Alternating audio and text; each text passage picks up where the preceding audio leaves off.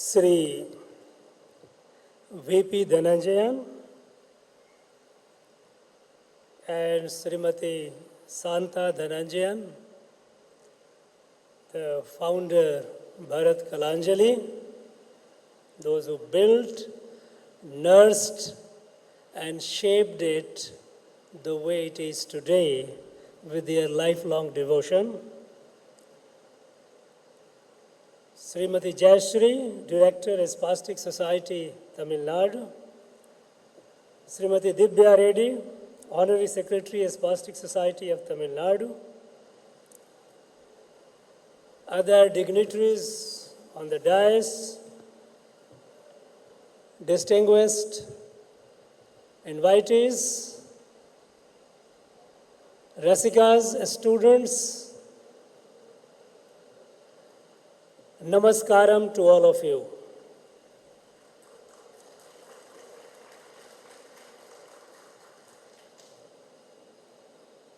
Needless to say, I am delighted to be part of this event.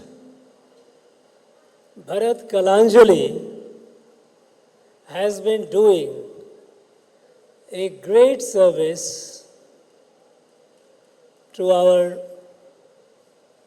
Indian classical dance, music, song, put together classical art.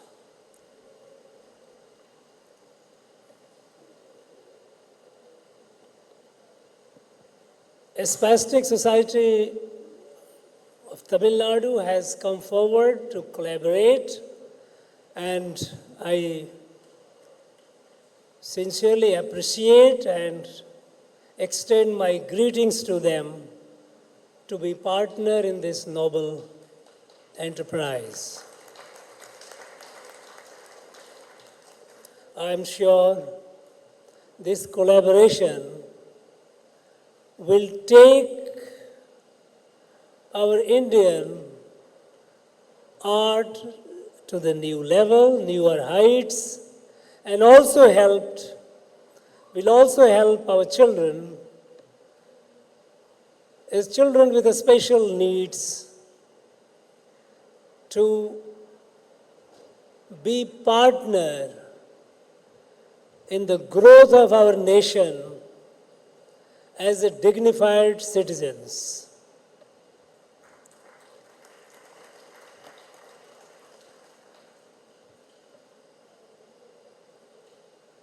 I was delighted to listen Sri Dhananjayan when he was talking all the time about Bharat, Bharat.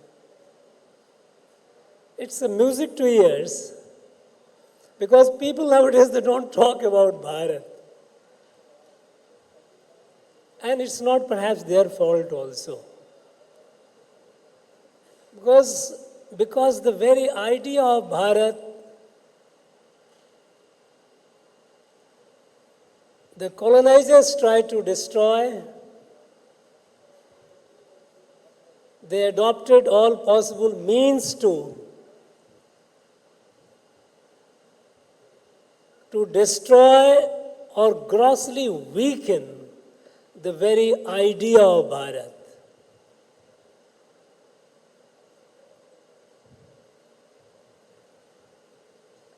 In fact, I am told that Sri Dhananjayan and Srimati Santa Dhananjayan, they were part of the Kalakshetra, they helped them grow.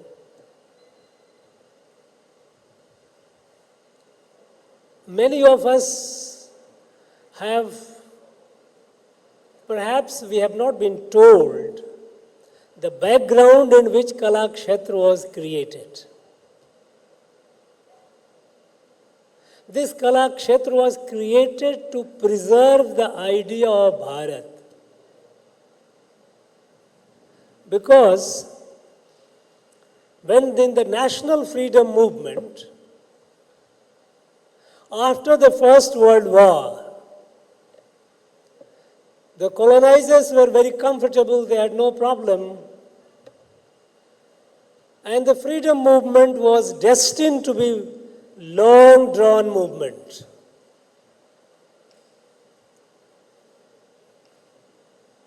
In fact, at that time, our leaders and our people did not anticipate freedom coming so soon.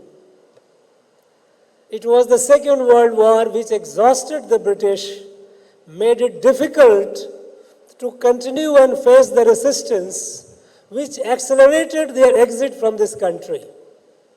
But until that happened, freedom was not on the horizon.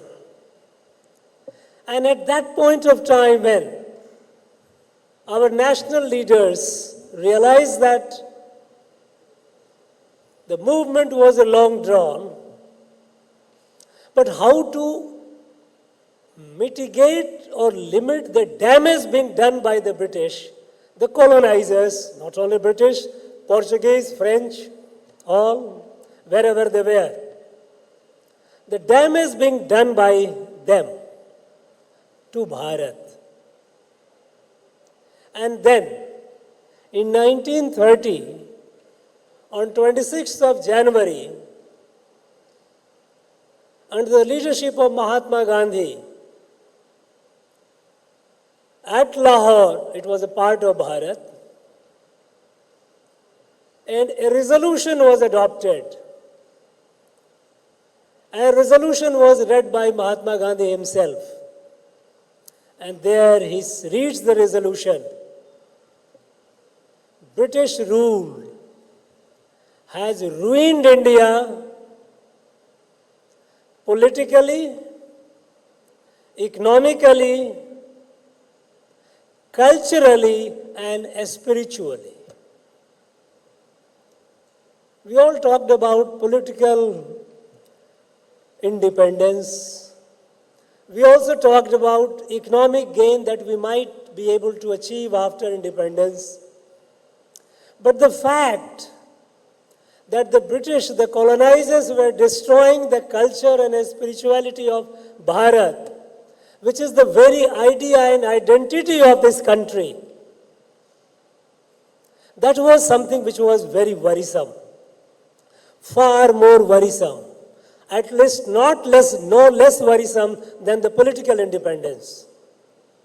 And since the political independence was nowhere in sight, at the time the leaders decided how to preserve the culture and spirituality of this country.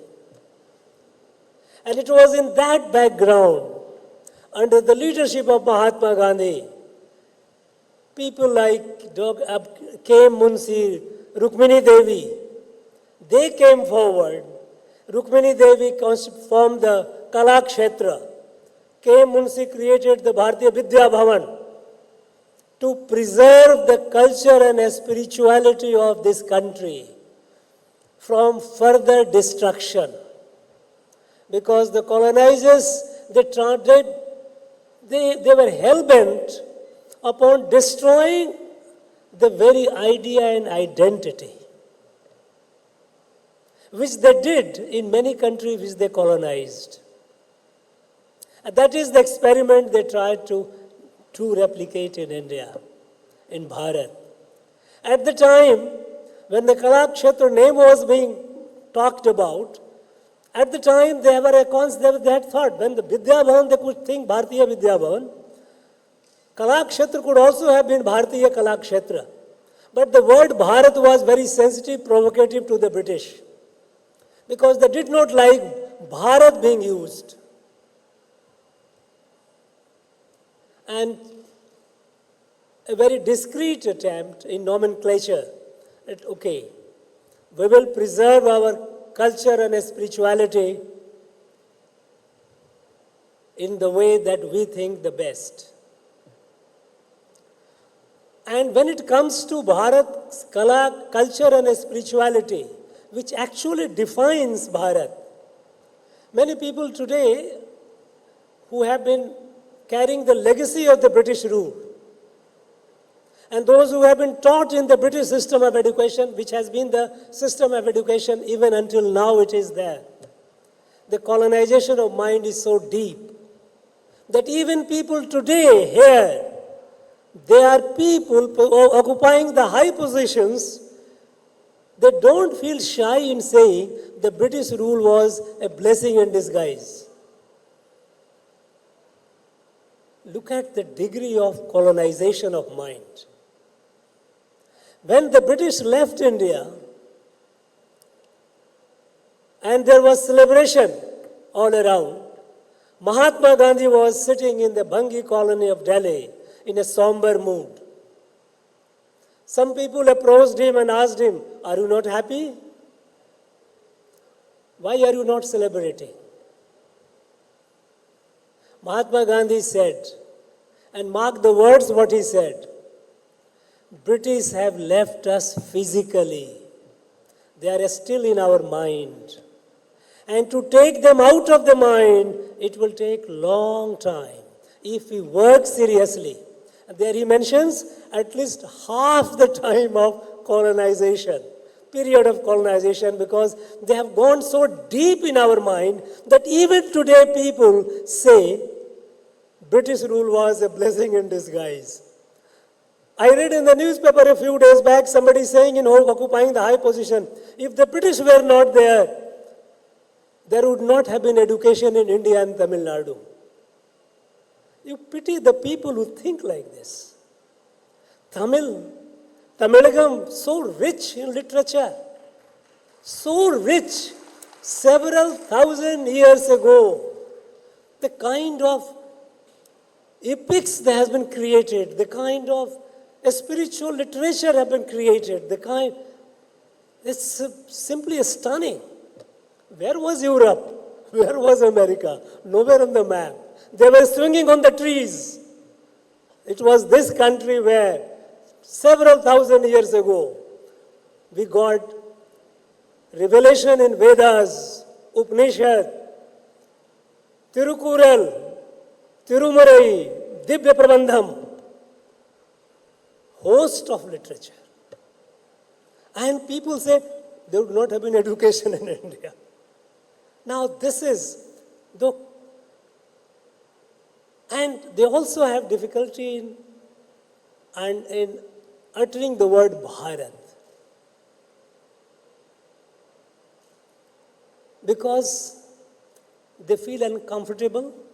They do not know what is Bharat, right, maybe, or maybe out of design. That Bharat, when you say Bharat cannot be understood by the Western notion of a state. European notion of a state is a state created by force, created by a Bahubali, a strong ruler with a strong army, conquers a territory, consolidates it, and that becomes a country. That is how countries of Europe were created. This is how America was created. This is how Canada was created. This is how Australia was created. Go there, capture the territory, annihilate the masses, settle down, create a country. Bharat was not created by any Bahubali. It was created by our rishis, our sages, our poets, several thousand years ago. And that is when they expressed about Bharat, its expanse, geographic expanse, the Vishnu Puran says, Uttaram yat samudrasya himadrishya vadakshinam varsham tad bharatam nama bharati yatra santati.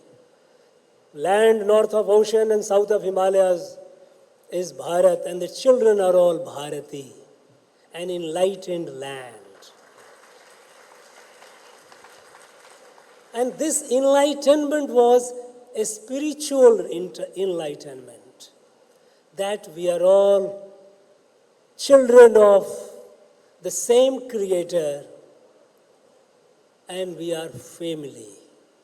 Whether humans, animals, plants, we are all children of Mother Earth. We are all Kutumbam. And from that Vasudhaiva Kutumbam concept came thousands of years back. That is why we prayed, and even today we pray for the well-being of everyone, not only for us, not only for me, not only for my family.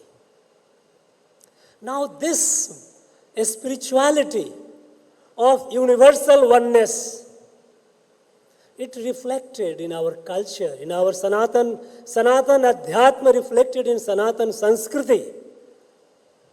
And this Sanskriti which has spread over north to south, east to west, various languages, various customs, various cuisines, but connected by this shared cultural spirituality that believes in universal oneness. And to realize this, among the various margas, bhakti,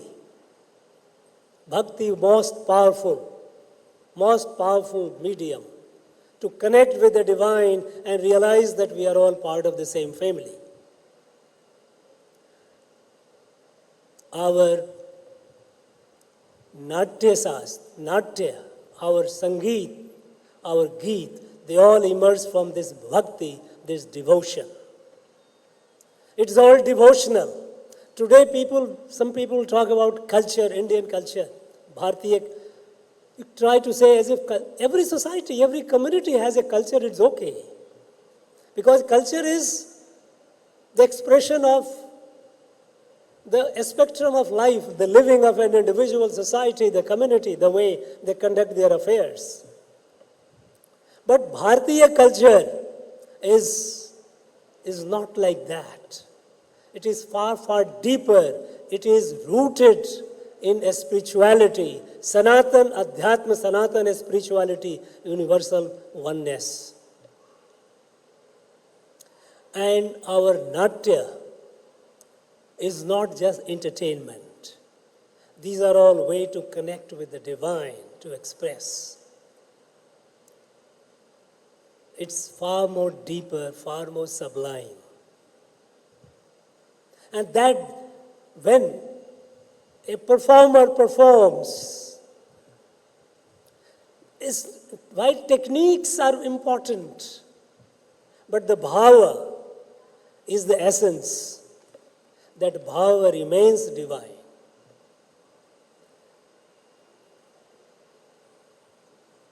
Today,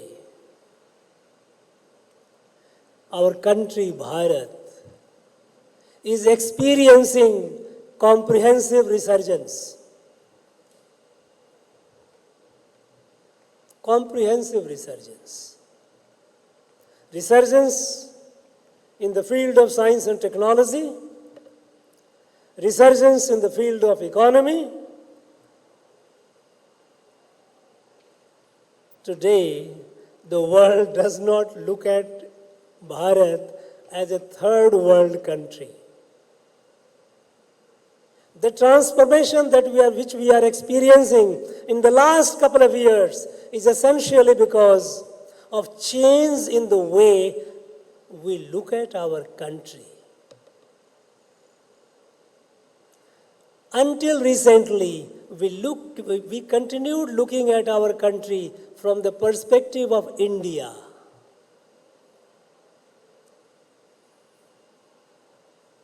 India. And perspective of India does not do justice, does not convey the meaning of Bharat. In fact, when the British were leaving this country, they had left this country in a terribly bad shape. Not only that, they had divided this country on basis of religion. Millions of people died, millions of people got displaced and suffered. But they had also left some 564 independent countries within India. Many of our people don't realize that what kind of country they had left. When they left, all these princely estates became independent countries. It was thanks to the leader like Sardar Patel, who brought them together made them part of this country, Bharat. Otherwise, many of us sitting there, I certainly would not have been here. Many of you would have been citizen of so many countries, not citizen of one country. When this was being done, they were doing it. Some people in Britain had asked the question, will India survive? Such an India, within the body of it, you have 564 independent countries. Will it survive? And then Winston Churchill said, what is India? India is a geographic expression. Geographic expression like equator. You cut it into 1,000 parts. You can cut equator into 1,000 parts. How does it matter? Such a disdainful attitude to this country. India was a geography for them. And unfortunately, after British left, we continued looking at this country as a geography in terms of reason, in terms of languages, in terms of cuisine, customs. The diversities which was the strength of this country, which was the beauty of this country, was turned into weakness. Fault lines, as the strategists would like to call it, fault lines. Our strength became our weakness. Because we did not look at this country as one family. The way our rishis several thousand years ago said that this Bharat, they didn't understand Bharat. Now the difference that is manifesting in our countries, growth, resurgence, and corresponding change in attitude of the world towards our country Bharat is because we look at this country Bharat as one family, one organic living entity. Bharat is our mother. Bharat is Mata. Bharat, the way Mahakavi Subramaniam Bharati looked at it, Bharat, when he said, Bharat Mata, Seppu Modi, Padnet Rudiyal, Anil Chintanai, on Rudiyal. When he talked about Vedam Udayad Indanad, Nalla Veerar Piranda Indanad, Chedamillada Hindustanam, Ida Deva Menru Kumbittadi Papa. This Bharat Mata, one Bharat Mata. It was this one Bharat Mata concept that when some country tries to take away a part of the same thing happened in 1950s when China took away Aksai Chin. The explanation given in the parliament was that rocky desert, not even a blade of grass grows there. Look at this, the way, looking at it as a geography, looking at it as territory. When you look at the country as a territory, territory is transactional. Land is transactional. But in the same area, close to Aksai Chin, in 2020, in Galwan, when Chinese tried to encroach, we repelled them. 20 of our brave soldiers gave their life in defense of that land. Because this was not a territory. By the same definition, this could have been the rocky desert, not a blade of grass grows there. But no, it is a part of our being. If something happens to our little finger, the whole body suffers. It is not a little finger, it's the whole body. This look at Bharat. This is the way to look at Bharat. And I'm surprised. If you look at the Constitution of India, the Article 1 of Constitution of India, it introduces India through Bharat. It says, India That is Bharat. What is India? India is introduced through Bharat. Bharat is now India. Unfortunately, people at the helm of affairs, they forgot that part of it. They just kept India. They did not. Not only that, in our constitution, when the constitution was drafted and in the Constituent Assembly, there were debates and there were many people who said, where is Bharat in this? In the Constitution, you have fundamental rights of citizens. You have three wings, legislature, executive, judiciary. You have a state and center union. You have separation of power. You have taxation. Where is Bharat? When this debate was raised and overwhelming majority of the leaders and members of the Constituent Assembly say, we must have Bharat in this. And then Directive Principle of State Policy Part 4 was introduced. And not only that, to bring the essence and spirit of Bharat, a great artist of Shantiniketan, Gurudev Rabindranath Tagore, his institution, Nandalal Bose was commissioned to paint our constitution, the original constitution, with the essence and spirit of Bharat. And the great artist, Nandalal Bose and his team, they painted the entire constitution. And how it begins? It begins, the first part of the constitution, you have Gurukulam. That is the Vedic period. Beginning of Bharat, as the history records. Vedic period. Gurukulam, where rishis are teaching, students are learning. That is the painting number 1. When it comes to fundamental rights chapter, you have Pattabhisekam of Sri Ram, because every citizen has a fundamental right. No discrimination, gender, race, language, religion, nothing. All are equal. Ram Rajya. And so the painting is of Sri Ram coming back after Sri Lanka, his Pattabhi. Here sitting Ram, Lakshman, Sita. This is there. In part 12, our king of dance, Nataraj, is painted. Unfortunately, these things have been, people have been forgotten. These things have been forgotten. Essence and spirit of our constitution is our Sanatan Adhyatma, our Sanatan Sanskriti.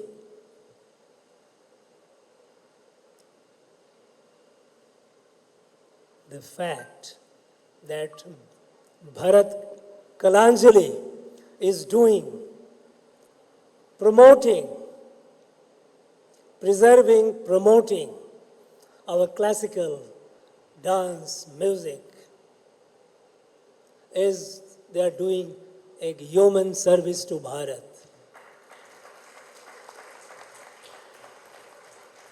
And innovation, creating new thing. It is there. This is the beauty of our Sanatan Sanskriti and Sanatan Adhyatma. Our spiritual evolution does not end with Veda. After that, rishis have been experimenting, have been coming up with new and new ideas, expressing this is how Upanishad came, Aranyaka came, Brahmana came. This is how Tirumurai and Divya Prabandham came. They have been experimenting. This is how Natya Shastra came. This is how Yoga Shastra came. These are all evolution. Rishis have been doing from time to time. Revolving. And today, when we find new creativity, it's a part of our Sanatan Sanskriti. It is not rigid, it is living, it is vibrant, it is creative, it keeps regenerating itself. by holding the core essence of the spirituality, manifesting it, expressing it, the language evolves, and these are all languages. The various forms that you create are various languages, mediums to connect with the divine, which is the essence of Bharatiya Adhyatma. உடனுக்குடன் செய்திகளை அறிந்து கொள்ள IF Tamil bell ஐக்கனை click செய்யுங்கள்.